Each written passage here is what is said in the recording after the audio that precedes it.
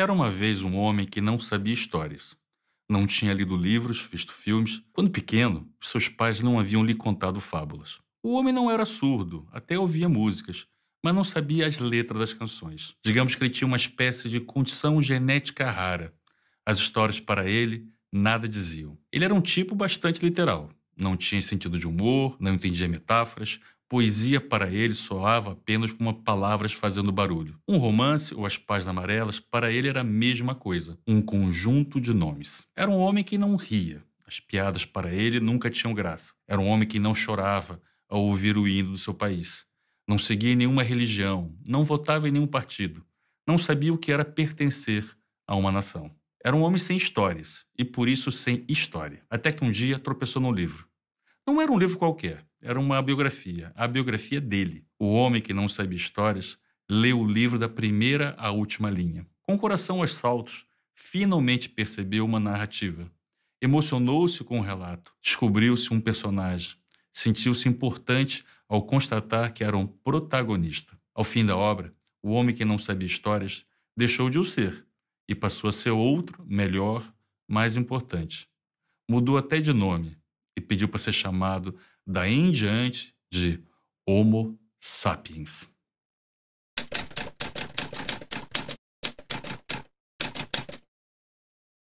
Stories open our hearts and inspire our minds to feel, explore, wonder, and desire. Stories build bridges across all the great divides of being human. And that is exactly what great advertising does. Advertising builds bridges between brands and individuals. Storytelling is het begrijpelijker maken van een boodschap door het om te zetten in een verhaal dat mensen kunnen herkennen. Good storytelling is the difference between being what consumers want and being in the way of what consumers want. Between adding value and taking it away. Between wasting someone's time or making a piece worthy of their time.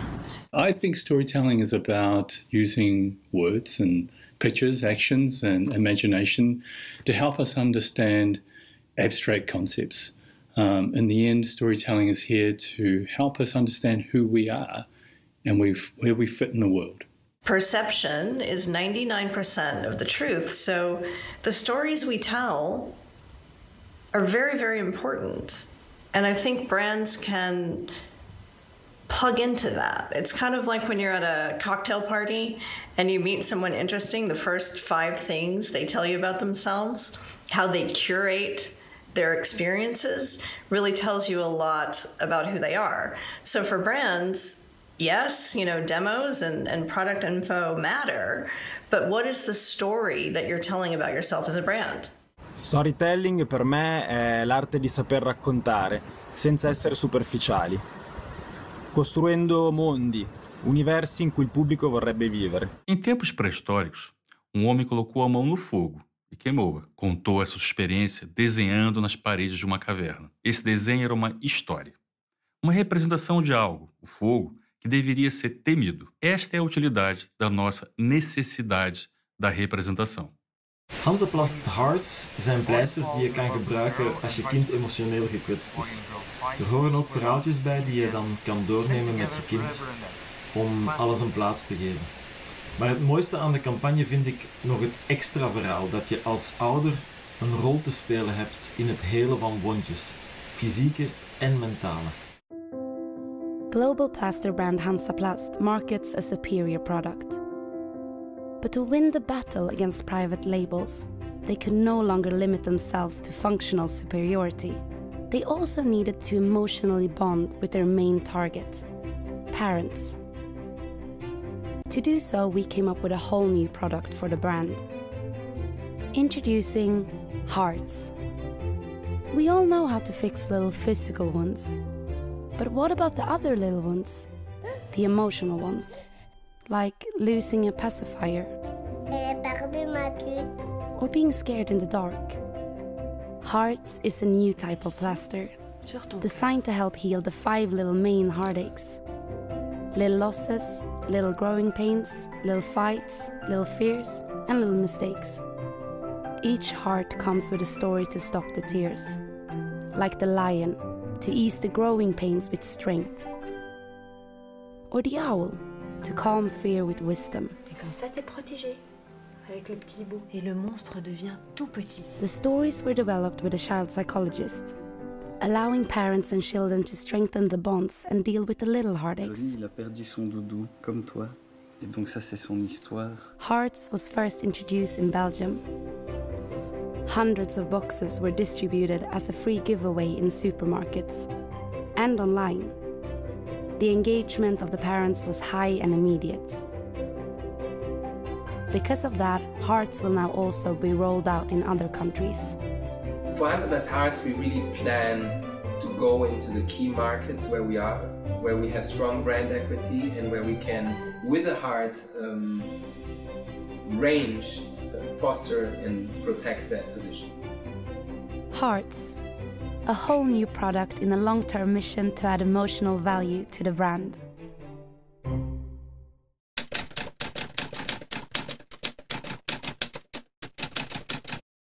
Quem tem filhos pequenos sabe o quanto eles gostam de ouvir as mesmas histórias repetidas vezes. Isso não acontece só com as crianças. Gostamos de ouvir coisas que já conhecemos. Somos sedentos de rotinas narrativas.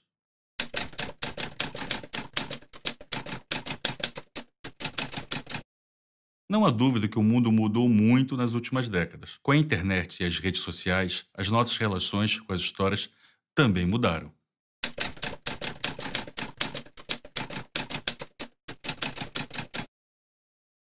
Desde sempre, as histórias costumam estar divididas em 3 partes: o começo, o meio e o fim. Parece óbvio, mas não é. Todos os dias são lançados livros e filmes que não apresentam essa estrutura. Mas não é por opção estilística dos seus autores, e sim por pura falta de compreensão da lógica narrativa ocidental. Sabe aquele tio que quer contar uma anedota num casamento ou num funeral, mas que se perde e conta o fim antes do início? Pois é. Um bom storyteller não comete esse erro. Começo, meio e fim. Assim nessa ordem. A não ser que estejamos a falar de um filme francês da Nouvelle Vague. Aí, filho, o fim pode estar no começo, o meio no fim e o começo no outro filme qualquer. É óbvio que uma história, para ter princípio, meio e fim, não tem que seguir uma ordem cronológica de acontecimentos, nem mesmo em termos de atos.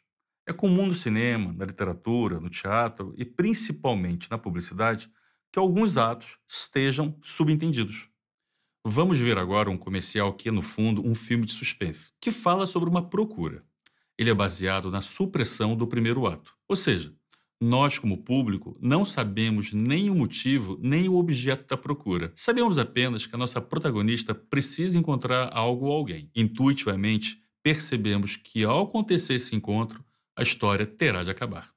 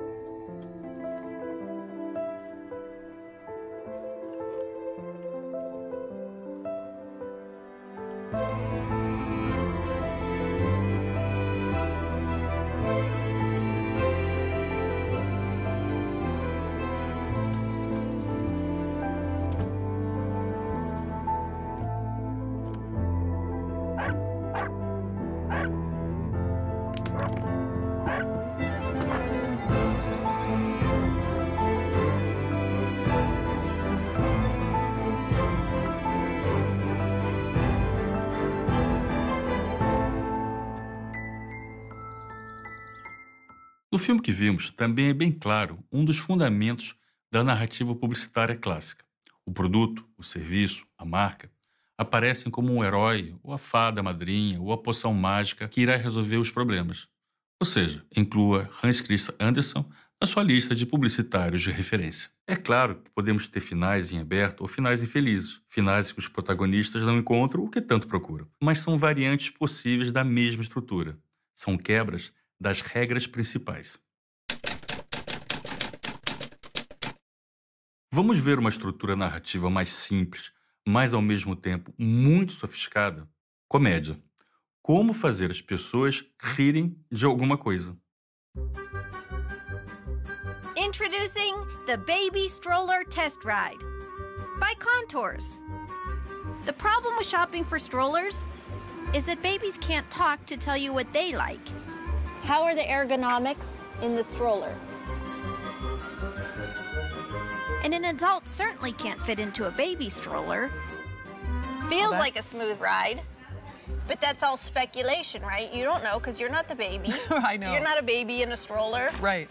We created an exact adult-sized replica of one of our best-selling baby strollers and invited parents to try it, showing just how comfortable Contour strollers are for babies. Cozy, right? Yeah, it's very cozy. It's very comfortable. I love it. How's it feel in there? Comfortable? It's very comfortable. Yes, cozy. How's it feel in there? Comfortable? Twinkle, twinkle, little... That's really nice. Are you getting more comforted? I am. Here comes some sun. Ooh, that's the sun. Peekaboo! Okay, let me see you suck your thumb. It's cozy, right? Mm-hmm.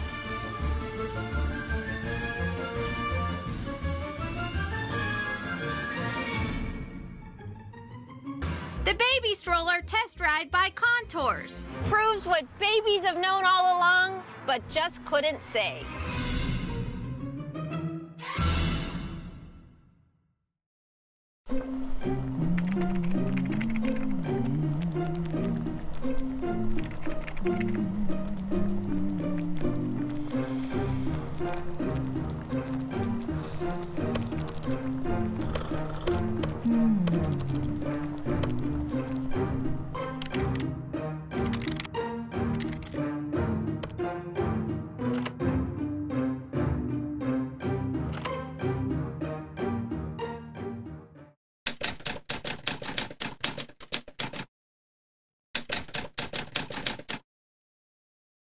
Falar sobre storytelling é falar sobre um tema aberto.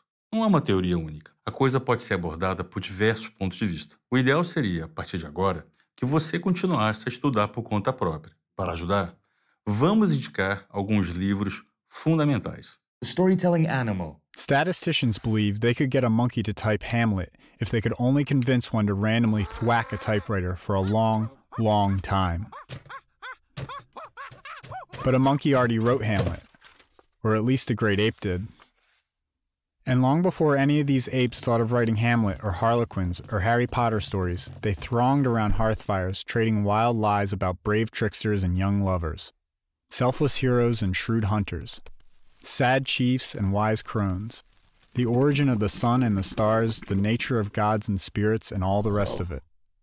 Now, tens of thousands of years later, most of us still hew strongly to myths about the origins of things, and we still thrill to an astonishing multitude of fictions on pages, on stages, and on screens. Murder stories, sex stories, war stories, conspiracy stories, true stories and false. We are, as a species, addicted to story. Why? Why do we live in fiction? How do we become the storytelling animal? Ou como diria o meu tio Olavo, a ficção está a tornar-se numa realidade bem mais credível do que a verdade.